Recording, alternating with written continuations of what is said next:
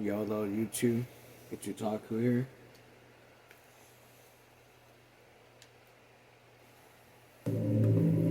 That's right. Bringing it in to you with the snow ambient music. I will be your personal narrator for today. Got the polo dripping, and we're on page 428 of the Grapes of Wrath. As you know from the last episode, that we're going through a bit of technical difficulties right now with the inhalation equipment. Now, if you have the eucalyptus, please go ahead and prepare for the ritual. If you have not been onto this channel before, please go to the channel description to get a better idea of who and what this channel is going to be for. If you have been here before, welcome back. There's one more piece of equipment I do have to get set for before we begin. Of course, nothing is ever complete until we got full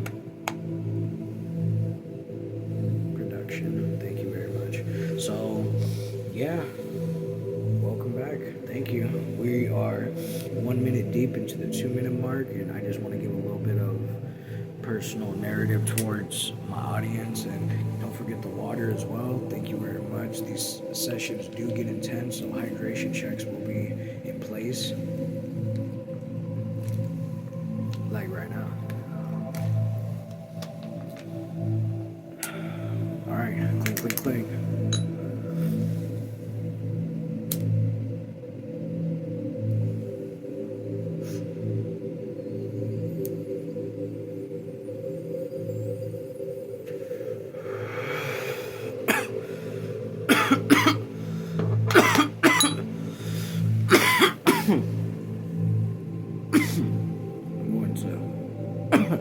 Pack another bowl, have that set, and alright. Chapter 27, page 248 of the Grapes of Wrath. Cotton pickers wanted. Place yards on the road. Place yards on the road. Hand builds out. Orange colored hand builds. Cotton pickers wanted. Here, up this road, it says, the dark green plants stringy now, and the heavy bolls clutched in the pods. Wow, let's try that again. The dark green plants stringy now, and the heavy bolls clutched in the pods. White cotton spilling out like popcorn. Like to get our hands on the bowls, tenderly with the fingertips. I'm a good picker. He's the man, right here. I aim to pick some cotton. Got a bag, question mark? Well, no, I ain't. Cost you $1. The bag. Take it out of your first 150. 150? 80 cents 100. First time over the field. 90 cents second time over. Get your bag there, $1. If you ain't got the buck, we'll take it out of your first 150. That's fair, and you know it. Sure, it's fair. Good cotton bag. Last all season, and when she's worn out, drag and turn around, use the other end. Sew up the open end, open up the worn end. Like, they're giving me no people to describe who's speaking, so I'm just leaving this up to just another expedition part of the story. Wow, we're still doing this like 400 and something pages in. It's like truly a dedication to somebody's authoring. Bam. And when both end is gone, why, it's a nice cloth. Make a nice pair of summer draws. Makes nice shirts. And well, hell, a cotton bag's a nice thing all around. Hang it around your waist. Straddle it, drag it between your legs. She drags light at first, and your fingertips pick out the fluff, and the hands go and twist into the sack between your legs. Kids come along behind. Got no bag for the kids. Use a gunny sack or put it in your old man's bag. She hangs heavy. Some now. Lean forward and hoist her along. I'm a good hand with cotton. Finger wise. Bowl wise. Just move along, talking and maybe singing until the bag gets heavy. Fingers go up right into it. Fingers know I see the work, and I don't see it. Talking around the rows. There was the lady back home, won't mention no names, had a nigger kid all of a sudden. Whoa. Nobody knows before. Never did hunt out the nigger. I'm just playing with you. I'm not gonna friggin' act like that. Honestly.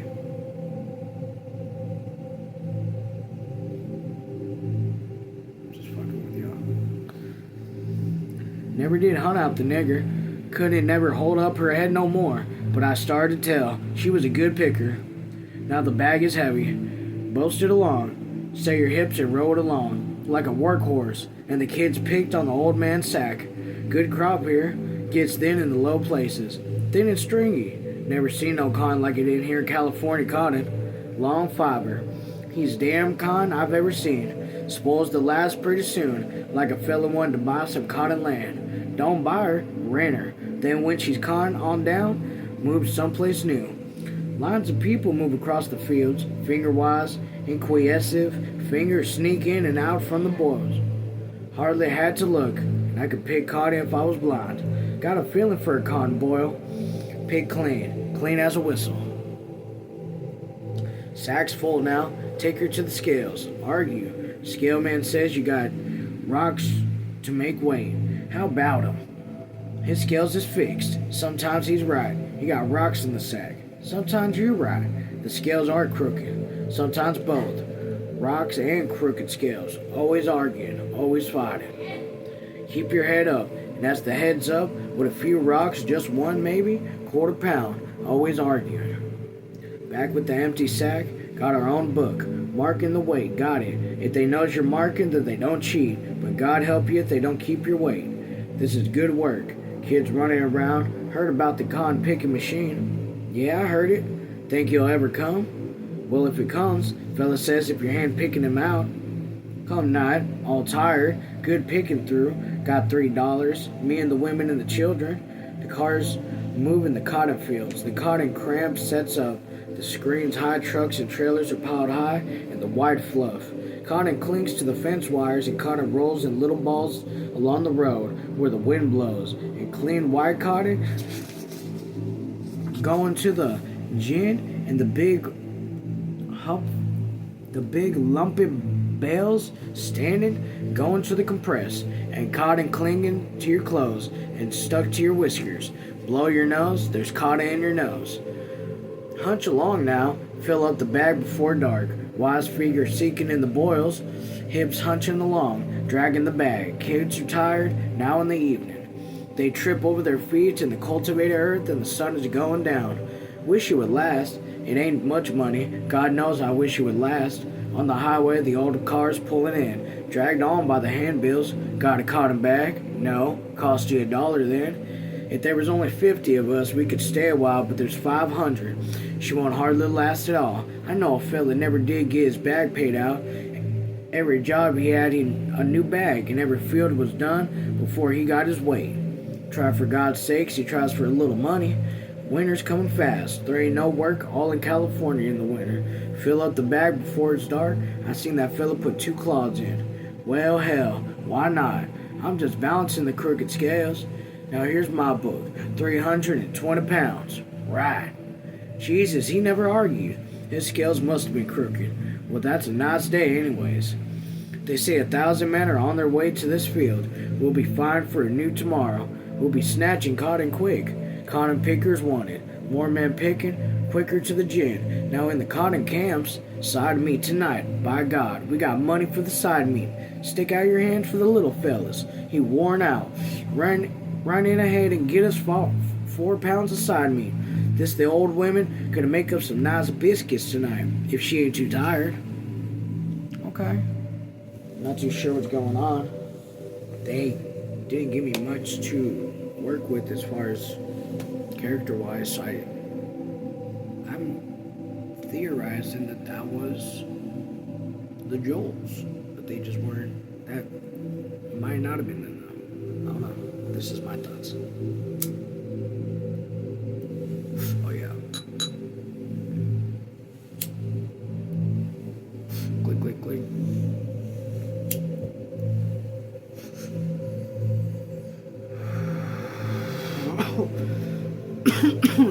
They did.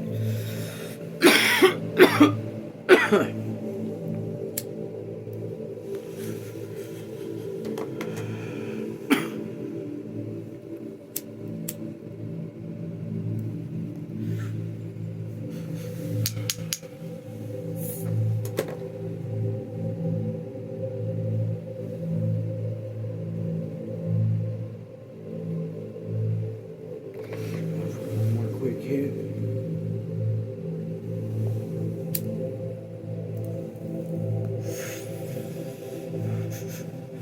We got 14 minutes.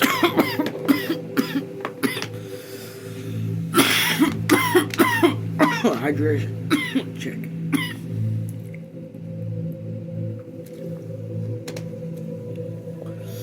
Yeah.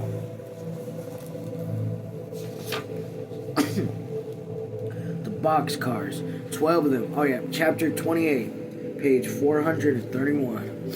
The boxcars. 12 of them stood end to end on a little flat beside the stream. There were 2 rows of 6, each wheels removed. Up to the big sliding doors, slanted planks ran for catwalks. They made good houses, watertight and draftless. Room for 24 families, 1 family in each one of each car. No windows, but the wide doors stood open. In some of the cars, a canvas hung down into the center of the car, while in others, only the position of the door made the boundary. The Jolts had one end of the end car. Some previous occupants had fitted up an oil can with a stove pot. Had made a hole in the wall for the stove pipe, even with the wide door open. It was dark in the end of the car. Ma hung the tarpaulin across the middle of the car. "It's nice," she said. "It's almost nicer than anything we've had except the government camp." Every night she unrolled the mattress on the floor, and each morning rolled them back up again. And every day they went into the fields and picked the cotton, and every night they had meat. On a Saturday they drove into Tullier, and they bought a tin stove and new overalls for Al and Paul and Winefield and Uncle John, and they bought a dress for Ma and gave Ma the best dress to Rosa Sharon. "She's so big," Ma said. "Just a waste of good money to get her a new dress now." The Jolts had been lucky. They got out early enough to have a place in the boxcars. Now the tents of the laid corners filled the little flat, and those who had made the boxcars were old-timers, and in a way, aristocrats. I don't need to look up aristocrats. I do have that in my vocabulary. I would feel bad for anybody here that doesn't. And it's just one of those moments where I have it right there. I could put it inside the journal and, make sure to look it up later after this, but aristocrats. Oh yeah, then say the definition out. The narrow stream slipped by and out the willows, and back into the willows again, for each car was a hard beaten path, went down to the stream. Between the cars and the cloth lines hung, and each day the lines were covered with drying clothes. Page 432. In the evening, they walked back from the fields, carrying their folded cloth bags under their arms. They went into the store which stood at the crossroads, and there were many pickers in the stores, buying their supplies. "How many today?" ? "We done fine. We made 3.5 today. Wish she'd keep up. Them kids is getting to be good pickers. Ma's working them up like a little bag for each. They couldn't tow a grown-up bag and dump into ours. Made bags out of a couple old shirts. Works fine." And Ma went to the meat counter, her 4 fingers pressed against her lips, blowing to her fingers, thinking deeply. "Might get some pork chops," she said. "How much? ? 30 cents a pound, ma'am." "Well, let me have 3 pounds.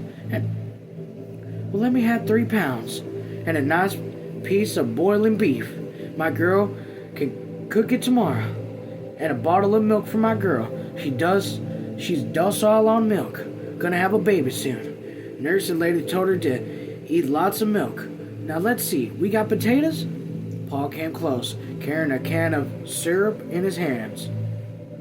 "Might get this here," he said. "Might have some hot cakes." Ma frowned. Well, yes, here. We'll take this here now. We got plenty of lard." Aw, they're making hot cakes. I gotta check that out. Ruthie came near. In her hands, 2 large boxes of Cracker Jacks, in her hands a brooding question, which on a nod or a shake from Ma's head might become tragedy or joyful excitement. "Ma? ? She held up the boxes and jerked them up and down to make them attractive. "Now you put them back." The tragedy began to form in Ruthie's eyes. Paul said, They're only a nickel apiece. They're only a nickel apiece. Them little fellas were good today. Well, the excitement began to steal in Ruthie's eyes. All right, she screamed.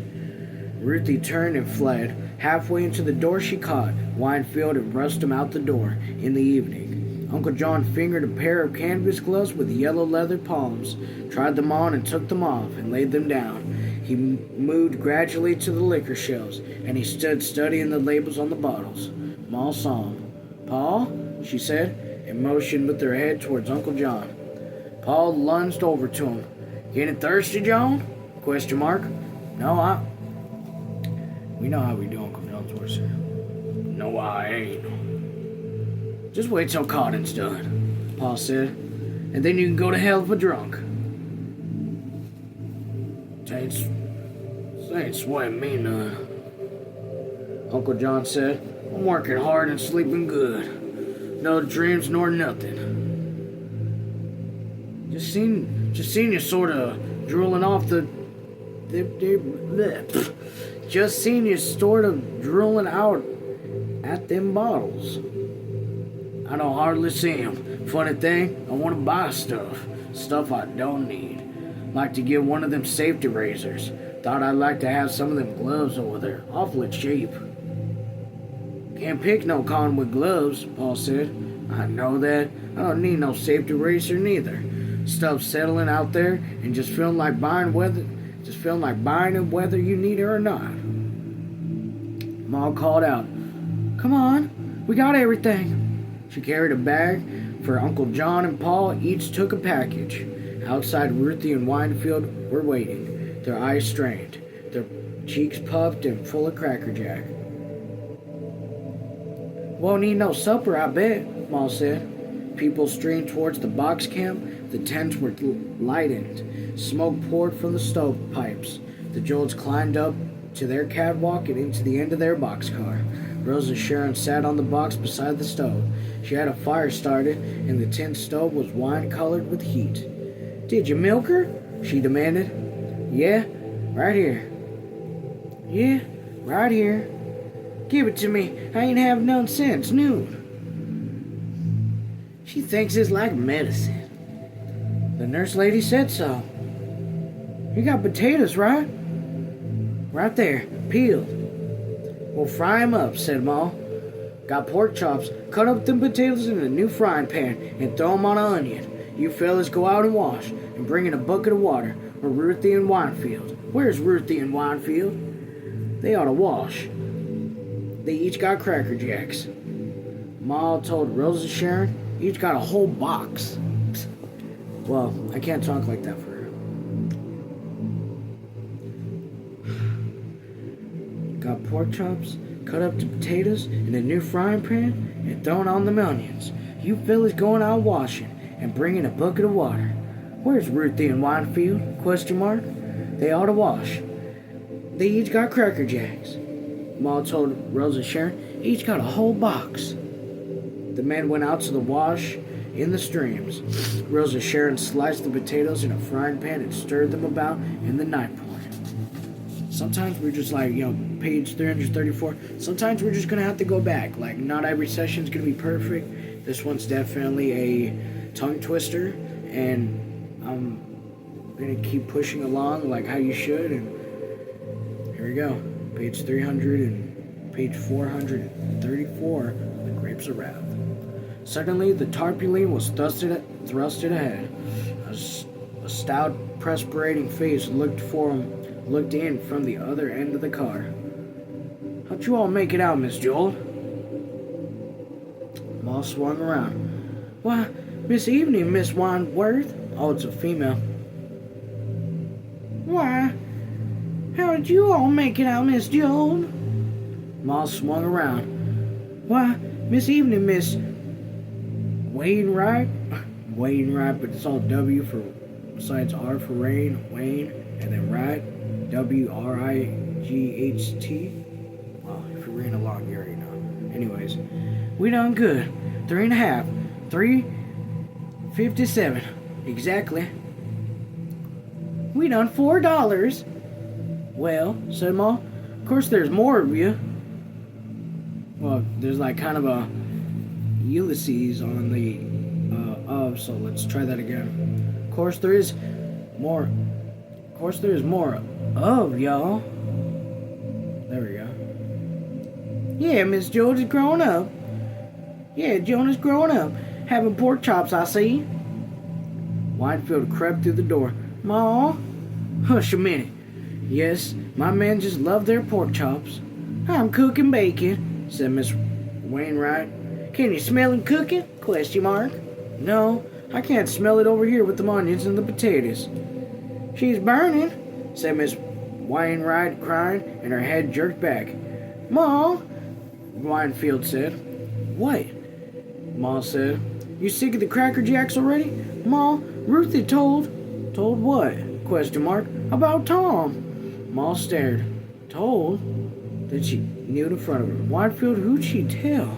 Question mark.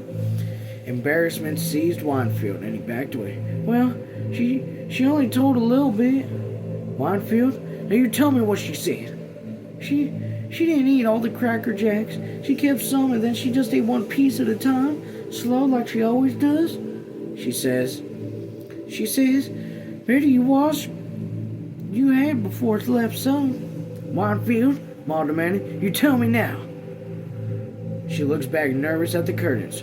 Rosa Sharon, you go over to talk to Miss Weinworth so she don't listen. How about this here potatoes? I'll watch them. Now you go. I don't want to hear listen to the current. The girl shuffled heavily down the car and went about the side of the huge tarpaulin. Ma said, now Whitefield, you tell. Like I said, she's just one little piece at a time, and she busts in two so it lasts longer. Go on, hurry up. And some kids come around, and of course they're just trying to get some, but Ruthie was just nibbling and wouldn't give none of them. So they got mad, and one kid grabbed her Cracker Jack box. Whitefield, you told me about the other. I am, he said. Ruthie got mad and chased him, and she fit one at him and fit another, and then a big girl licked her. Hit her right in the good one, so Ruthie cried, and she said she'd get her big brother, and he killed that big girl. And that big girl said, oh yeah? And she said, well, she got a big brother too. Whitefield was breathless when he was telling this.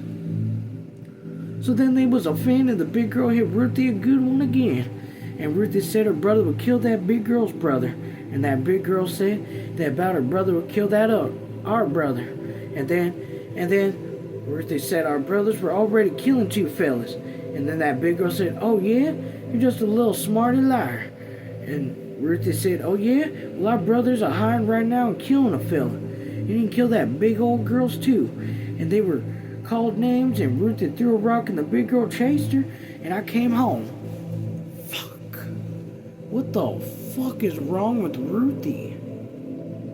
Oh my, Ma said wearily. Oh my, oh sweet Jesus, asleep in the Mary. Oh, asleep in the manger. What are we going to do now? Question mark. She put her forehead to her hand and rubbed her eyes. What are we going to do now? The smell of burning potatoes came from the roasting stove. Maul moved automatically and turned them. Rosa Sharon, she called. The girl appeared about the curtain. Come watch this here supper. Whitefield, go out and find Ruthie and tell her to come back here. Gonna whoop her, Ma? He said hopefully. No, this here you couldn't done nothing about. Why, I wonder, did she have to do it? No, I wouldn't do no good to whoop her. Now run, go find her and bring her back. Ruthie ran for the car door, and he met the three men tramping along the catwalk, and he stood aside as they came in. Maul said softly, Pa, I gotta talk to you. Ruthie told some kids about Tomahawk. What? She told, and she got in a fight and told about it. Page 436. Why, that little bitch. No, she didn't know what she was doing. Now look, Pa, I want you to stay. I'm going out and trying to look for Tom and tell him. I'm going to tell him to be careful. You stick here, Paul. I'm going to watch out for that thing. I'm telling them to make dinner. All right, Paul agreed. Yeah, this is where I'm going to end off at page 436. Pack another quick bowl super quick, because why not?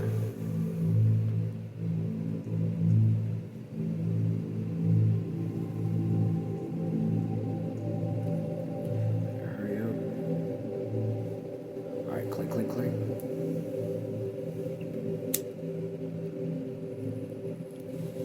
This is just awful. I can't believe she told him. That kid. In front of all those kids. May God have mercy on these characters in the next chapter in their world. Alright, take care. Peace.